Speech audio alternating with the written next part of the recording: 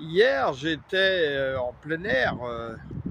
On faisait un pique-nique entre enfants de Dieu, ou chrétiens pour certains, et avec l'évangélisation, des louanges pour le Seigneur. Et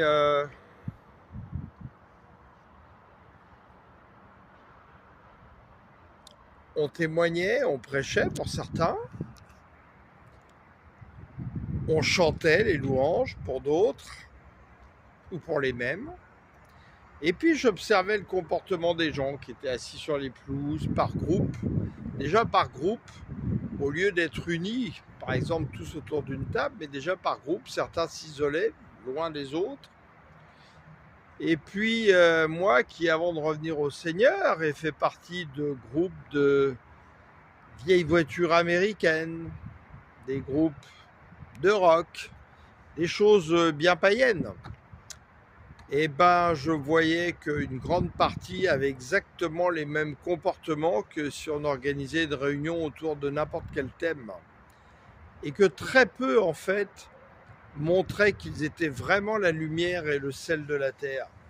Et quand j'en voyais justement qui se comportaient, où on voyait qu'ils avaient souci égard pour les autres, une personne âgée sous le soleil, leur proposant de déplacer la chaise à l'ombre ou de leur amener un parasol, de partager un peu leur nourriture, etc., etc. Enfin, plein de petites attentions, ou d'écouter avec des yeux qui s'illuminent quand vous témoignez en esprit en vérité de la parole, quand vous les appelez à chanter de tout leur cœur, qui se lèvent, et puis vous sentez qu'ils chantent avec tout leur cœur.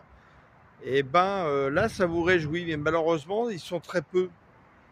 Et en fait, beaucoup parlent d'amour dans les assemblées, mais de quel amour on parle? De l'amour humain qui n'a aucune solidité. Or, l'amour de Christ, c'est très différent quand il vous dit « Celui qui aime sa mère, son fils, sa fille plus que moi n'est pas digne de moi ». Parce qu'en fait, par la mortification aux choses du monde et l'Esprit Saint qui nous remplit, c'est avec l'amour de compassion, de miséricorde de Christ qu'il nous apprend à aimer les autres et à reprendre, à corriger également, comme il l'a fait pour nous dans sa parole. Parce que justement, nous avons peur que notre frère puisse échouer, ne pas persévérer jusqu'au bout. Ça, c'est l'amour de Christ, c'est pas l'amour humain.